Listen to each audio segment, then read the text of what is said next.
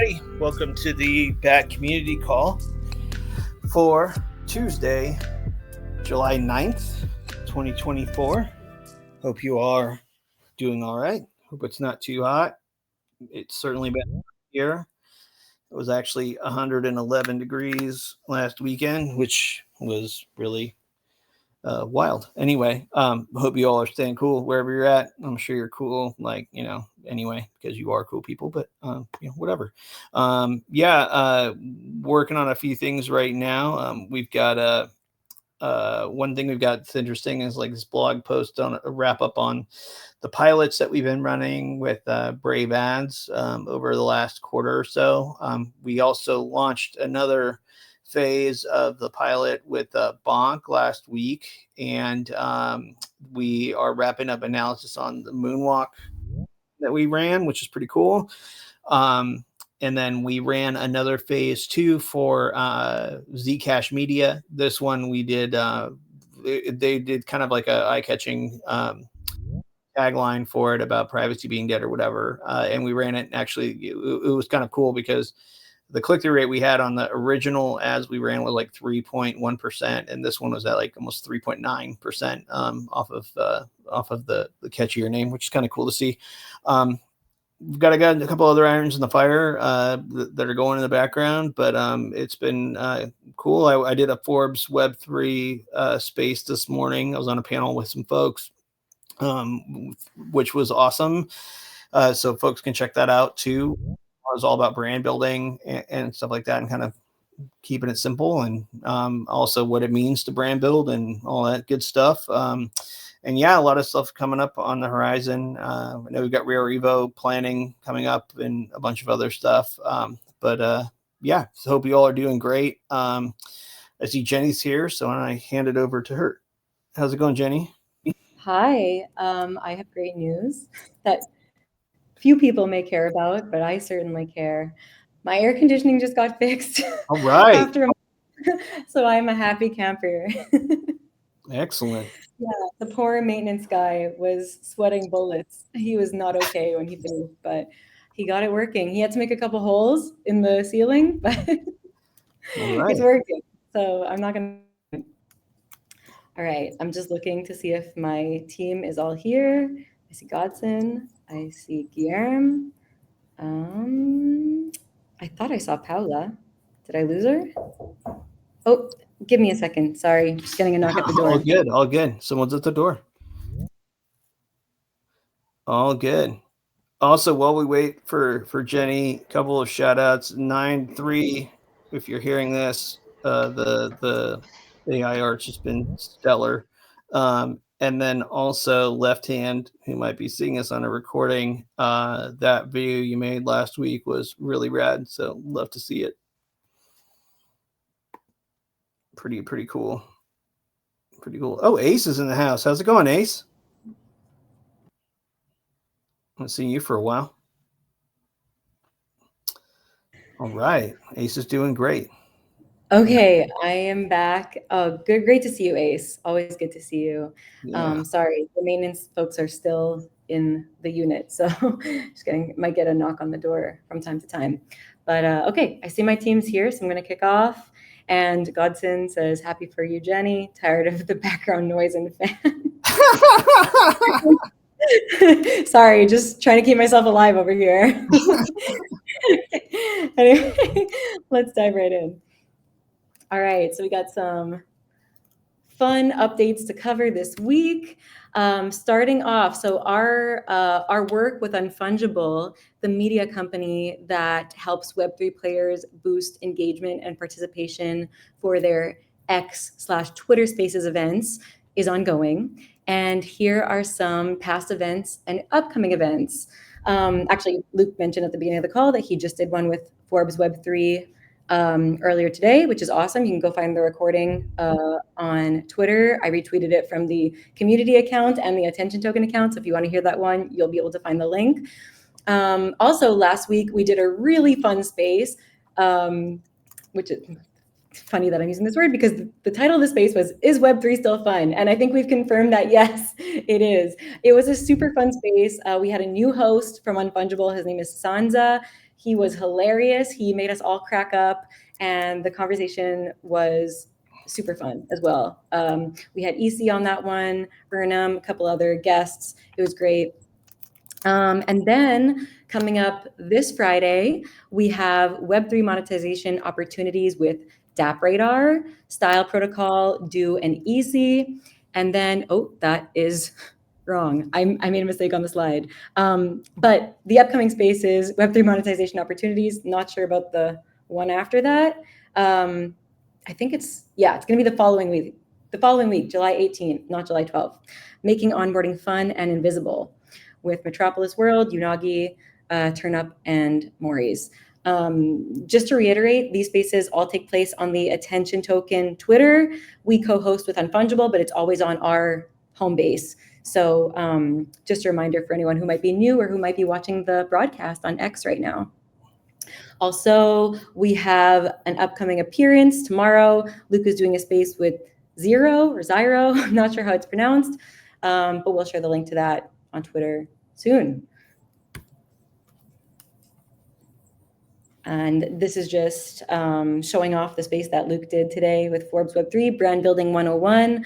I don't know, Luke, if you want to talk about what you covered there, or you want to just send people to listen to the recording, but...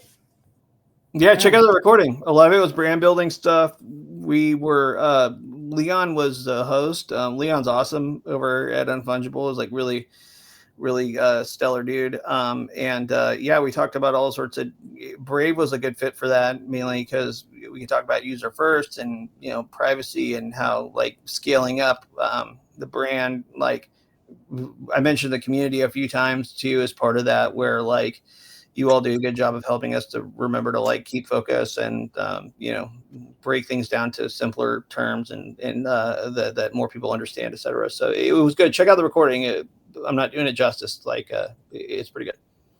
That's awesome. I haven't had a chance to listen to it yet today because I think you just did it this morning, but I definitely will go show it some love. Also, doing spaces with partners or collaborators like Forbes Web3 is huge. They themselves have over 100,000 followers on the Twitters, but of course they are owned by Forbes, which is massive, and Forbes' Twitter property alone has over 20 million followers. So this is big for us. Unfungible has brought us some really great space partners, and we've been having a really good time working with them. And actually, anyone here is a fan of Spotify Wrapped or of Spotify in general? But if you use Spotify, you probably know Spotify Wrapped. Everybody shares their Wrapped stats to their Instagram stories or their Facebook profiles at the end of every year. Do you guys know what I'm talking about? Yeah, yeah. Sure. Okay, cool. Great. Just making sure. You may all be Apple Music listeners. I don't know. But Unfungible started their own little Wrapped series, and these next couple slides cover our recent stats from our spaces with them. So let's check them out. So over the past month and a half, more like 2 months, we did a total of 7 spaces with Unfungible so far. And those are just the ones we held on the Attention Token Twitter. Luke and Drew have also made some guest appearances on other client spaces as well, which, some of which we just talked about, Forbes Web3, Zyro, etc. But yeah, so far 7 in the hopper, or no, not in the hopper. You know what I mean? Past spaces with Unfungible. Yeah, in the can. That's it. That's it. And they've all been great. We've thoroughly enjoyed every last one, and we hope that you have too. We think that since working with Unfungible, the quality of our spaces, from organization to the guests we bring on, to the questions that are asked, to the discussions have been, more interesting by leaps and bounds. So we've been really impressed, and Yeah. And so here's a recap of the spaces that we hosted. We did Web3 is More Than Tech on June 7th, Tokenizing Culture. We did The Dark Truth About Onboarding. That was a fun one. We did Our Meme Coins Here to Stay with Luke and Wen and Toshi from the Bat and Brave Ads meme coin pilot.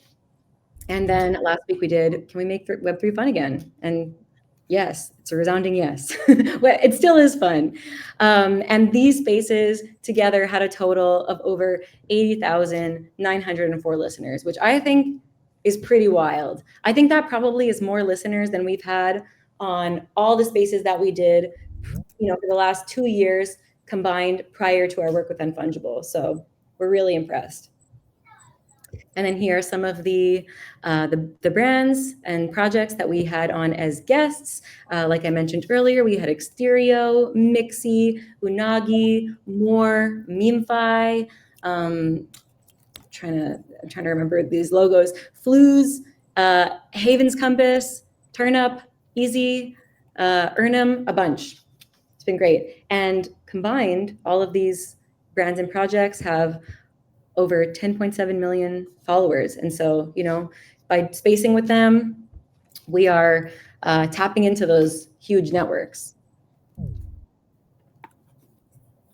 And in total, our spaces have had 189,980. My brain is a little broken today, but over 189,000 total impressions, which is big, if you ask me.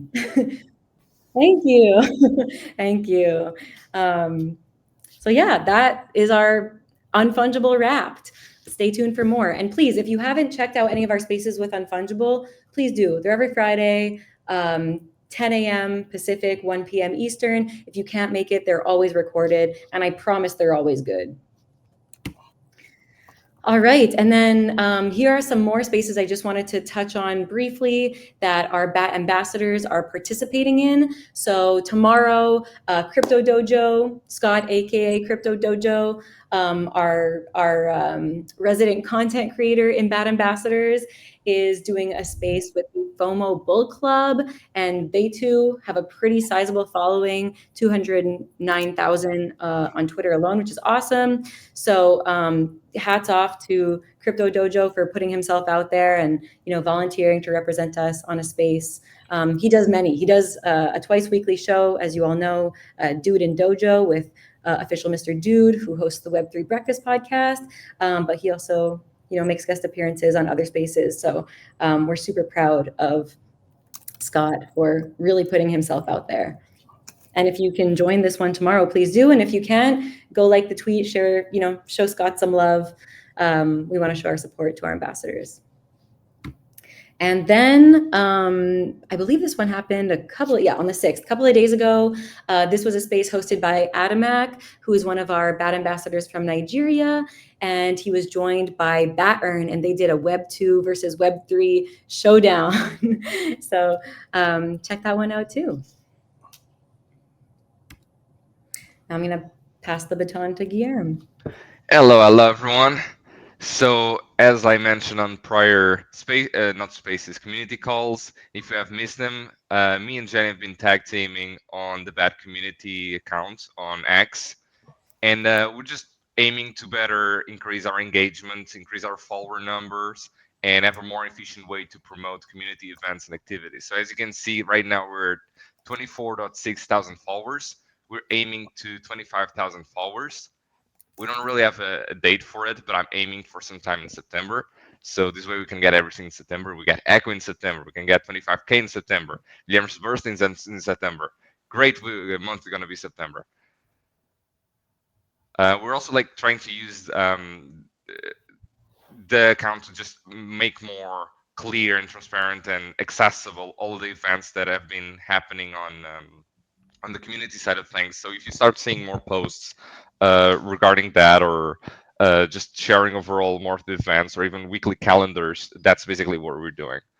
So the next slide that Jenny was showing is just some data that I'm gathering from the posts that I've been doing. So every day I do a good morning post, and it just, in order of increasing the engagement, increasing comments, increasing retweets. I'm trying to understand what works best. If the image itself has some to do with those metrics, if videos increase those metrics, if plain posts decrease those metrics, and if there's any benefit on posting on Monday, Tuesday, Wednesday, Thursday, Friday, and so on, and if the hour affects it. So basically just being a little bit more meticulous with it and trying to see if I can find patterns that better indicate if a tweet is going to be successful or not. Just a bit nerdy about these things, but I think like long term, my benefit is in having a community account that has more followers, more engagement, and more people participating from outside of our community or just onboarding from other communities into the events that are happening on our community. So the next slide, I believe, is going to be about Echo. Yeah. So this is basically the artworks that we have covered. For those of you who don't know, Echo is a community project that I've been developing and is an experimental NFT project that is hosted on Solana and distributed entirely for free for anyone who wishes to receive it. So all you have to do is go to Drape House, search Echo Magazine, and subscribe, and you'll be entitled to receive a free issue when it releases sometime in September. This next issue is going to be around meme coins. Just better highlighting the program that Luke has been running, the things that we've been doing in the community side of things with different with different meme coins, and we already featured Motai, Wen, Guac, and Woofy done by Moonbeamer, which I would like to highlight, which is the last one in blue. And overall, I'm just very excited to release this next issue. I think the direction is going to be even more artistic than the prior one, so if there is something that you like on NFTs, that is something that we're willing to put out. Not only that, but we're also been working with Shrapnel for the past months to deliver a gun skin that will be token gated with our NFTs. So you'll be able to receive a free NFT from Echo and then unlock a free weapon skin in Shrapnel. So that will provide some NFT utility, and we're also exploring other ways of keep providing that side utility. Not only that, but if we can get BAT to somehow be involved into this, that will be fantastic. And that is something that we are also exploring with different projects. That's it from my side. Hopefully, this list will be longer next week, and I'll pass it on to the next person. Back to me. All right, so I just wanted to give a really brief update on BAT Ambassadors. So applications are still open. I'll just throw that out there for anyone who may be listening, either directly in Brave Talk or to the X broadcast. Program applications are still open. You can find the link to apply, the form to apply, pinned to the top of the BAT community Twitter.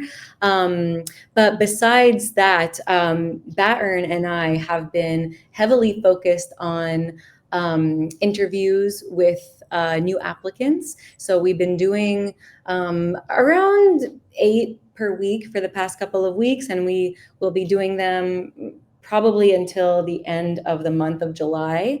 We received over 100 applications so far just from publishing the application form on Twitter, which is really awesome. And so we've been meeting one-on-one with all these awesome individuals. We've met some really cool, passionate people with really interesting backgrounds. Some folks who have backgrounds in community growth hacking and events management, others who are university students and who are part of their college blockchain associations, others who are blockchain developers, others who are largely non-technical but just believe in the BAT and Brave mission. But the common thread is that they're all super passionate about BAT and Brave, and they all bring unique perspectives and points of view and skills to the program. So we're super excited to start introducing you all to our new ambassadors.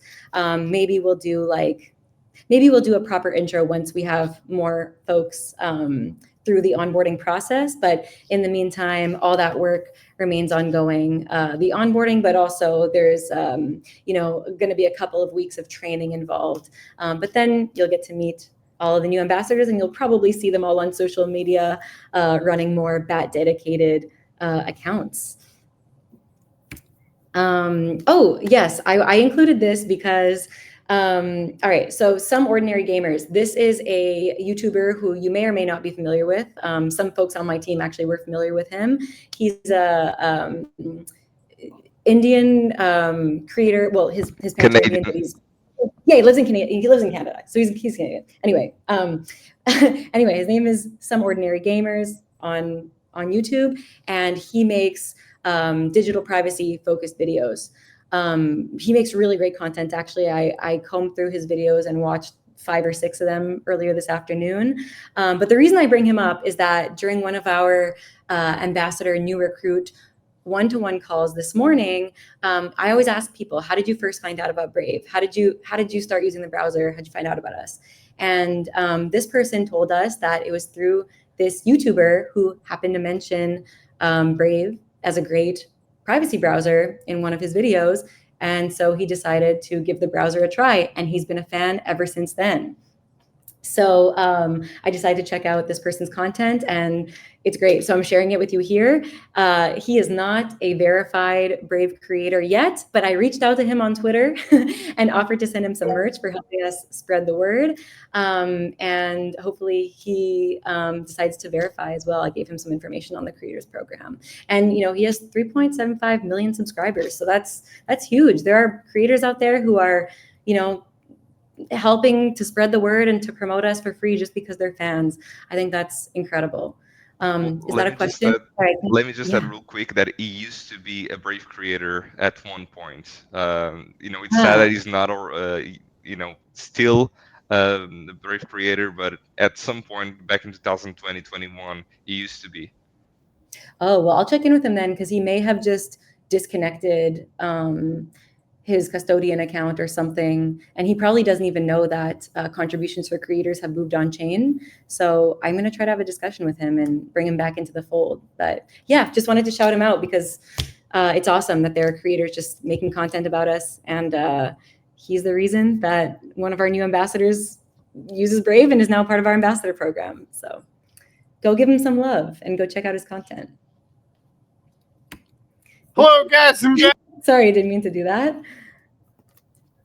Okay, and yeah, now we're going to move on to an ambassador update from Battern, who's not here, but he wanted to share that he's been working on making some structural upgrades to the Bat Ambassadors role-gated section of the Discord.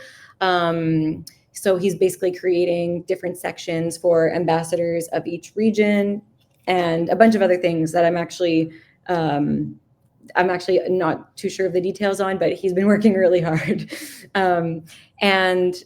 Oops, sorry about that.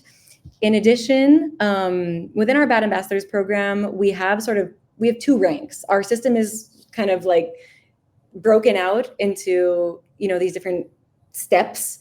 And so when you first join the Ambassadors program, you automatically join as what's called an attaché. I think this is based on like a British ranking system. Battern came up with it because he is British.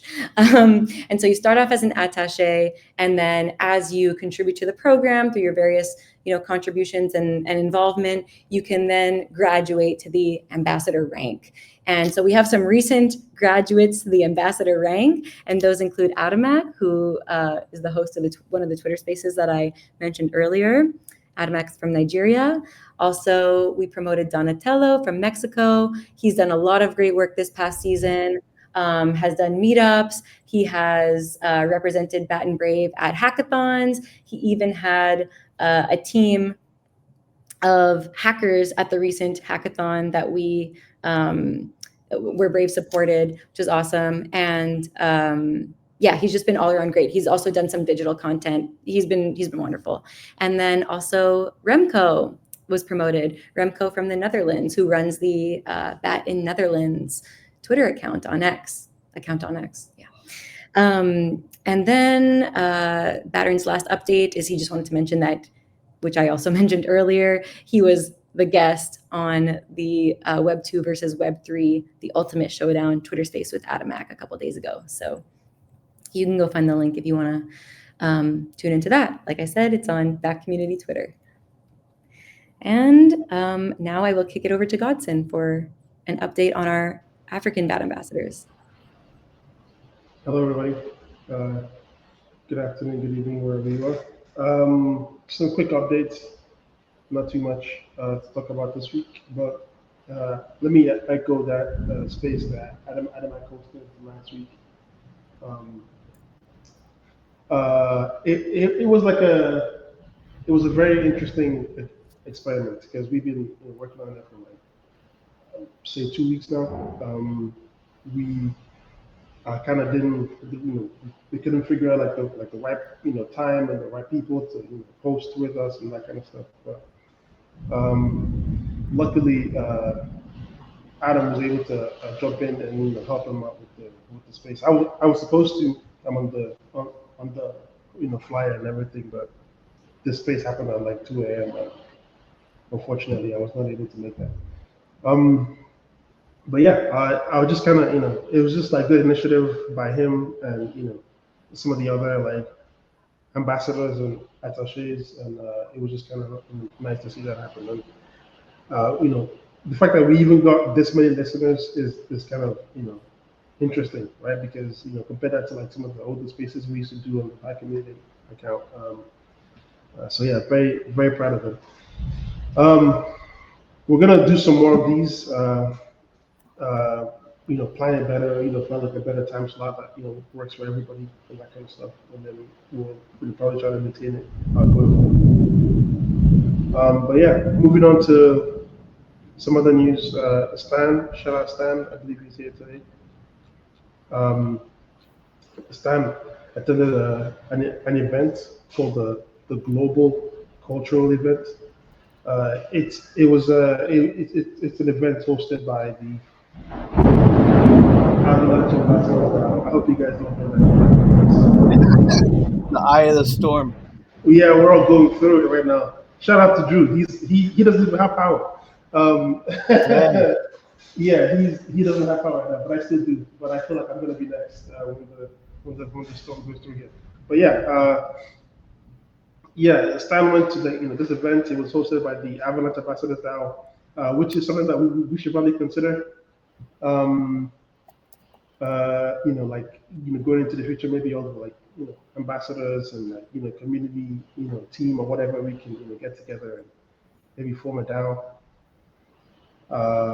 Then use that to execute some of our plans and stuff. But yeah, he was there. This is from the connection he made from our partner at Fundbank, I believe, who also had a similar partnership with them, and then that's kind of led to this. Interestingly, so this lady here is the leader of this initiative. Her name is Lavender. Cool name, by the way. She's the one who Stan's been talking to sort of like maybe coordinate some co-branded events in the future.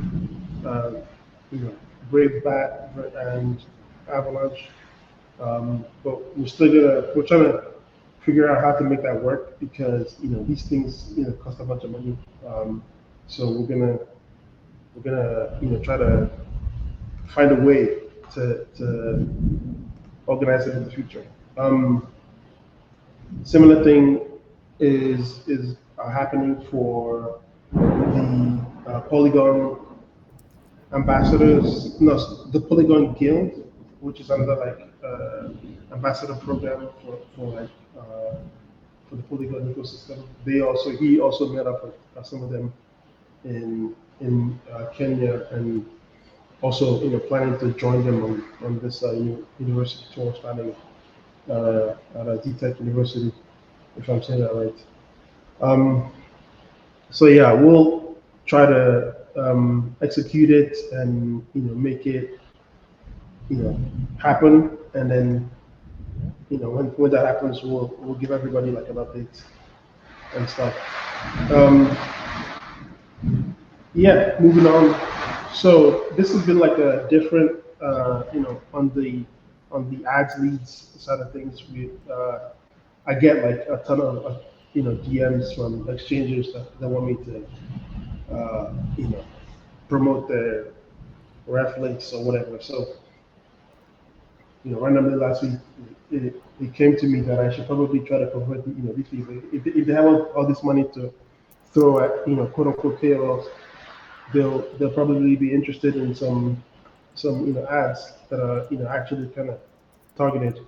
So I reached out to two of them, BingX and CoinCatch, and both of them seemed interested. BingX actually said that they had done this before. They had used the ads platform before, but it didn't really work out.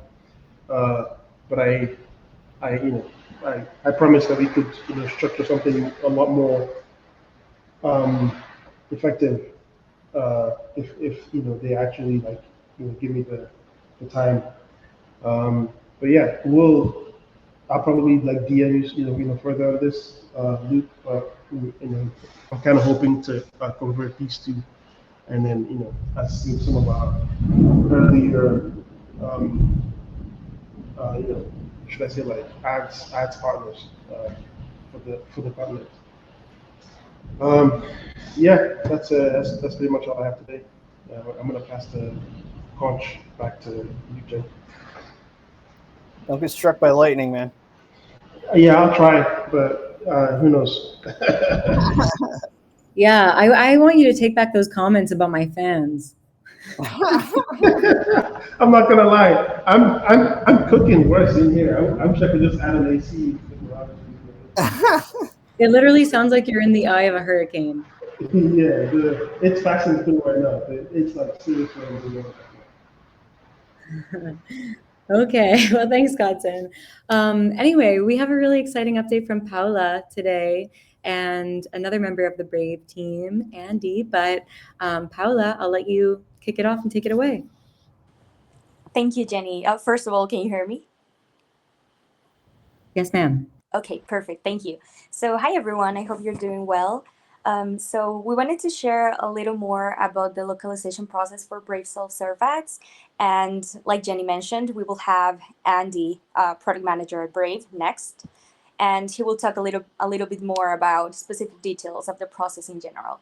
So we do the entire localization process now through the tool Crowdin. I think that's how it's pronounced, which allow us to do translations more efficiently.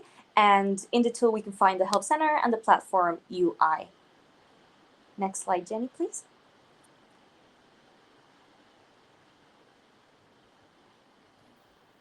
Thank you. So for the Help Center, this is what it looks like. And it's a more textual translation with very important information about the different, for example, the ad formats, policies, descriptions, but it's more like explanatory. So the translation is done in sections. So if it's in blue, for example, I know what has already been done, yellow, what it's in process, and red, what has not been done yet. So it's an easier way to work on it, and you don't feel like overwhelmed with all the text when doing it this way in segments. So in the right are also descriptions for specific words. So in this case, you can see the description for about what Brave Search is, as well with other terms depending on the text. What else? Also, Crowdin offers translation suggestions that you can just select. But I think that's very useful, but they are not always 100% accurate. So for me, I think it's necessary to double check and review the text if you want to use the suggestions to avoid any mistakes. And after that, we just save and move on to the next slide, and that needs to be translated. So that would be with the Help Center. And next slide, Jenny, please. Thank you. And now with the platform UI, the type of information and translation is different. Here we can find mostly words, terms, or shorter sentences. So in the Help Center, there are also single words, but there are not too many. There are just, there are not too many. So here we work with everything that has to do with the user's interaction with the platform. So basically all the prompts or information that the user will receive when activating the campaign and things like that. And as you can see here, these are translations that haven't been done yet, or, well, in this case, that require an update. And the process basically is the same.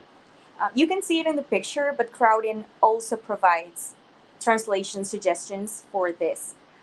But yeah, basically that would be the localization process, or basically the things that I've been working on with the tool. And now I'll pass it on to Andy for more technical and internal details. Thank you. Thank you so much, Paula. And it's nice to meet everybody. My name is Andy Anderson. I'm a growth product manager here at Brave, focus on international expansion and growth. So one of the things that, looking back, I know that some of the community content has been localized before, particularly Spanish and Portuguese, but was really looking and working with the team recently to integrate, this tool as a means of helping to scale potentially in the future in other languages, and also just to make the workflow more efficient for the languages that we currently do support.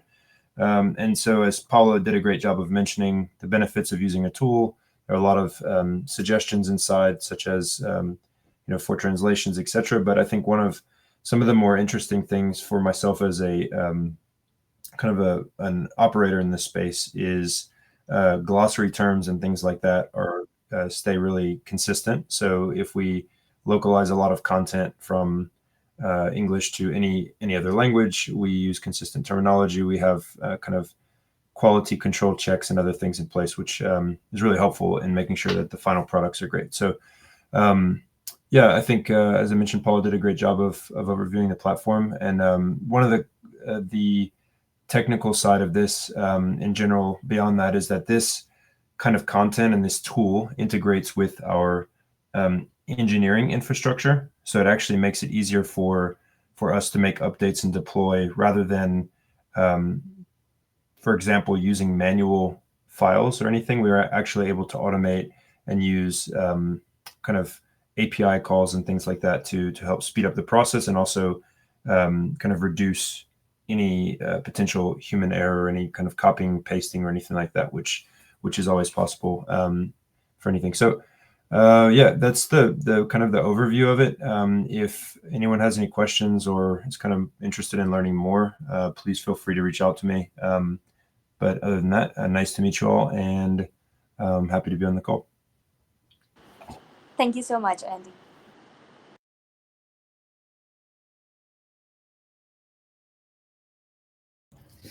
Thanks, team. And thank you, Andy, for joining us. That was really great and really important work that you all are doing. Also, I wanted to point out that another one of our BAT ambassadors, Bruno from Brazil, has also been assisting these localization efforts for the self-serve manager. So shout out to Bruno. That's fantastic. We also got Carlos here who wanted to give an update on some of the DAO proposals. Carlos, do you want to jump in? How's everybody doing? Apologies, we hear in the background I have kids' TV going. Quick update. Our Polkadot proposal, which passed 97% approval by the DAO some time ago, we're about to go live with ads next week. This is super exciting because this really can lead to a wider collaboration with the Polkadot ecosystem. We have partnered with not only Polkadot, we're going to play Polkadot ads, but we also 10 different projects and different verticals in the ecosystem where we've been fully transparent with the community about which projects we're going to advertise and why. So it runs the gamut. I'm not going through them all right now, but we're pretty excited and we're in really good places to get them ready next week. So you'll be seeing some tweets, so any kind of amplification will be appreciated. The second thing that's important is that right now, matter of fact, in 48 hours, the Catalyst DAO, which is the Cardano Treasury, will be finalizing the votes for Fund 12. We have a proposal out to them for a 6-month ad campaign, similar in scope and format to the Polkadot one, and it's looking good. I did a presentation on Saturday. I've done some tweets out, and some of you have also done some tweets about some of the voting. So we won't know until next week. So most likely, matter of fact, it may be past this call a week from now. So I think they said they'll know everything by the 15th. So hopefully I have a positive update there. But yeah, if you guys can start engaging with the Cardano community also, that'd be helpful. So yeah, we'll get some more tweets going out because tomorrow is the last day, and yeah, any help would be really much appreciated. Thanks.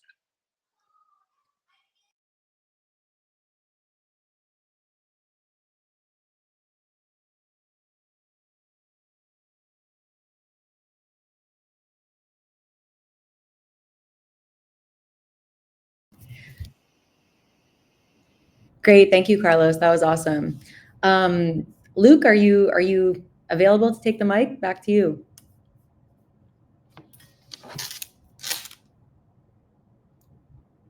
That might be a no from Luke. Well, until he does, Jenny, if I could just jump in and also say Luke has been like super helpful and instrumental in a lot of these efforts, just kind of working with me in the different forums. And as you can imagine, doing a larger proposal, we get a bunch of comments that are not the nicest or are quite defensive. And so Luke has been very, very helpful, kind of going back and forth and answering and addressing all the concerns.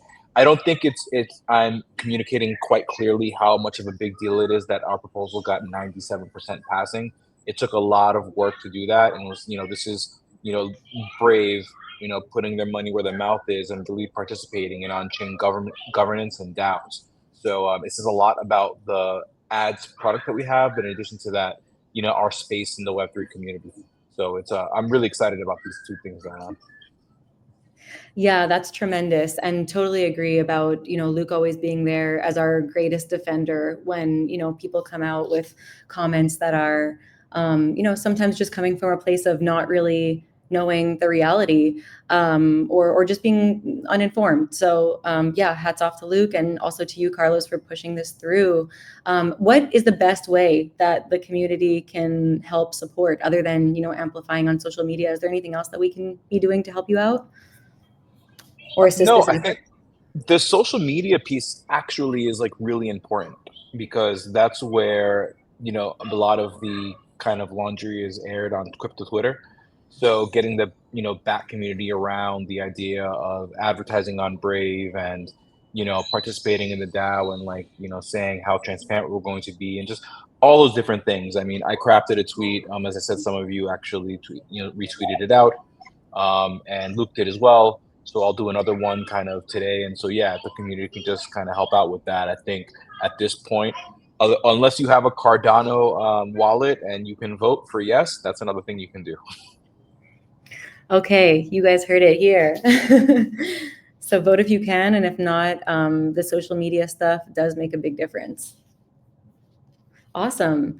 Anything else on your agenda, Carlos, that you want to cover? Anything upcoming? I know a lot of work has been going into this Polkadot thing, and I know you and I and Luke and some other team members are working on some other things with some different partners on the side, which might be a little too early to share, but I don't know, anything else that you can think? Yeah, we're prepping for Bitcoin Nashville coming up. Myself and maybe a couple of other team members are going, and then we have the conference in Vegas in August, and then September is going to be busy. We're heading out to Singapore for Token 2049 and Breakpoint, so that'll be a big thing. Yeah, those are all big. Maybe we should publish a list somewhere of our upcoming events, just in case we have community members in those regions who are planning to attend and want to stop by and meet some of the Brave team. I can take care of that, no worries. But yeah, the Vegas event, I too will be coming along for that one, Rare Evo. I believe it's in mid-August. Yeah, August 15th to 17th. So I will be there. I think Luke will be there. I believe Drew and also Sherelle, who's on the call here. We'll all be there. So if anyone plans to be in Vegas around that time, let us know. We'd love to meet up with you. We might even host a meetup while we're there, since we're going to have so many community folks in the area. Yes, Vegas in late August. Dude, let's do it. Let's do a meetup. Let's do a meetup in Vegas. That would be rad. Yeah, that would be super fun. Yeah, I'm going to get it organized. We'll be at Caesars. Let's have it happen. Sorry. Vegas. I don't even know what that is. I get a couple of get a weird 3-way call on my phone that I cannot look away from. Sorry about that. But bullish on Carlos. Do the deal stuff you're doing is awesome, and I'm glad that I'm happy to help support. And I think too, like for folks in the brigade, like I really appreciate everybody that's been like rating on the posts that we've been putting out. With Polkadot, it was a little bit easier because we could see a little bit more of like the impact. But on this one with Cardano, we can use all the help we can get with moving the needle on it. So many thanks to the folks that have chipped in there. And Pala, Andy, that was awesome overview of the self-serve stuff too. Really, really stoked. Thank you. Thank you, All Luke. right. Yeah, I'm excited. We want to open up for any other questions? We got 14 minutes.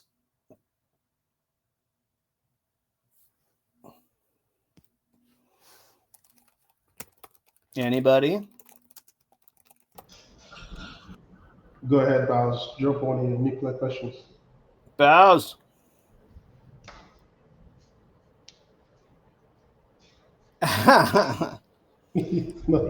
not takers today, I guess. Actually, I just want to say that Bows has been really, really amazing. Well, we all know Bows here. We're all very familiar with Bows. He's often vocal on these community calls, but he's been doing a really awesome job with BAT ambassadors lately too. He always does, and that's why he's one of our program leaders alongside Belladone and Scott, Crypto Dojo, who was recently promoted. But yeah, on Monday we did a mini orientation session with some of the new ambassadors, and Bows was really helpful then, and just generally has been like extra on it lately. He's done a couple of meetups, and yeah, has just been great. So Bows, just wanted to recognize you there. Yeah.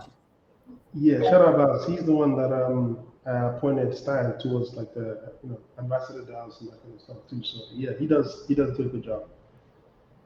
Thanks, guys. I appreciate it. Yeah, I think that stuff with Polygon could be pretty cool. I've been trying to talk with them some too, about maybe some like local stuff or some stuff in the States. But I think it could be relevant to some of our other ambassadors too, especially if we end up having a good reputation for kind of helping them with their events and making their events even better. It's awesome. Yeah, I think it's great. And also do want to throw a shout out to Sherelle too on the call, but Sherelle and Jenny for that matter, like a lot of this pilot testing's been going on, and I've been throwing them into the lion's den with a lot of stuff to help us get things organized with these different projects we've been working with, and it's been really helpful and great. And yeah, and I just saw too today that like literally just now there was a tweet from Karate Combat where they got featured on Joe Rogan again today, I think, and Brave and Bat are right there in the video, which is pretty cool.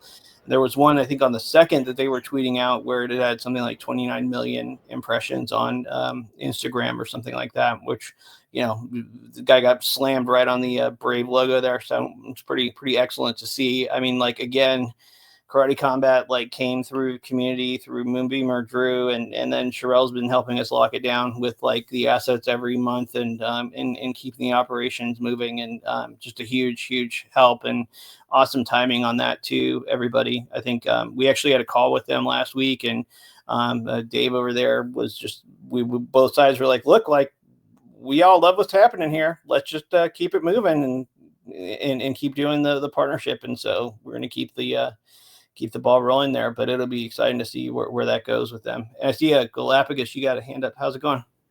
Good. So like, I guess month after month, we've really been growing MAUs, and I was wondering, it looks like we're catching up to Firefox. And so I was wondering, like, what does Brave think the opportunities are for, I guess, becoming like, I don't know, household name, beating Firefox? I will die on that hill.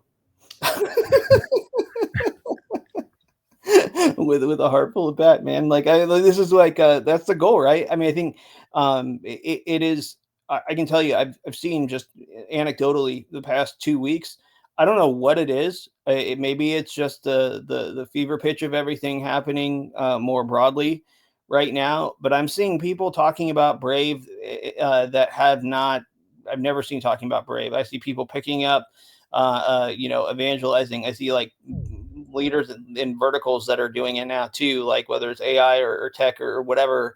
I feel like a lot of people too tried this in the earlier days and either forgot or whatever, and are kind of waking up to it again and are really impressed. And I don't know, it's been pretty awesome. I mean, normally, like, to be really honest, in July, you look at June numbers and you expect there to be like a big hit. And, we didn't see that last month. I think a lot of that's people kind of moving with their feet. And I don't know. I think it's, dude, like, I'm not thinking about Firefox. I'm looking at there's 3.2 billion users on Chrome. Like, why not go? That's our addressable user base from my point of view.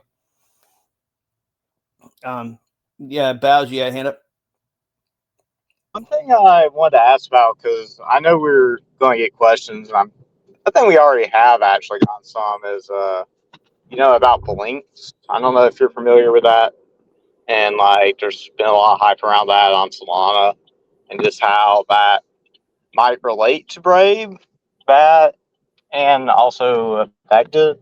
I think in some ways people were thinking that could be maybe even a competitor to some of the aspects that people want to use VAT for, like tipping. What was the first one you mentioned? I heard Link on that, but what was the first part of that? Blinks. It's like a Solana thing. Blinks. Yeah. I actually used it. And it's awesome. Like I think the wallet team's working.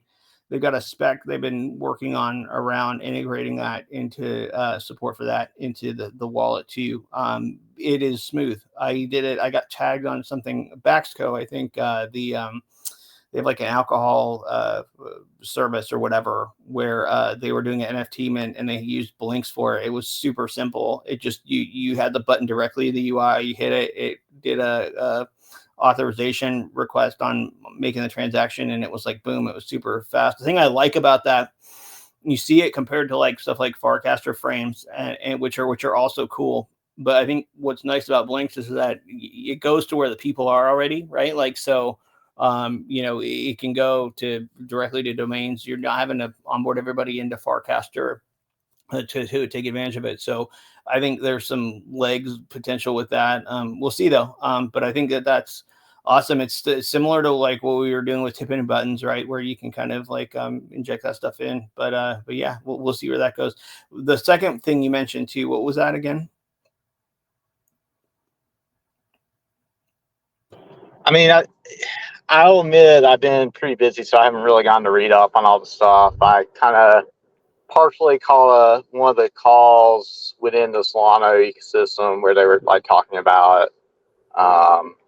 But I want to say I saw some stuff about like people using like Blinks more as like almost for like tipping for like content creators. Yeah, I could see people using that. I mean, I have to double check like how that looks. I know they were doing like domain level stuff around this, but I could see it picking up there too.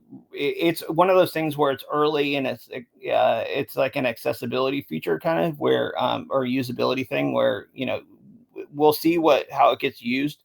I think that's the stuff that gets me pretty excited right now. You see things like Blinks. The other stuff that gets me pretty excited right now are things like TipLink, where it makes it super easy to send, receive, and to spin up. Like if you can spin up a wallet basically like with a Gmail or another, OAuth account, which makes it so much easier for people to like get started playing with this stuff.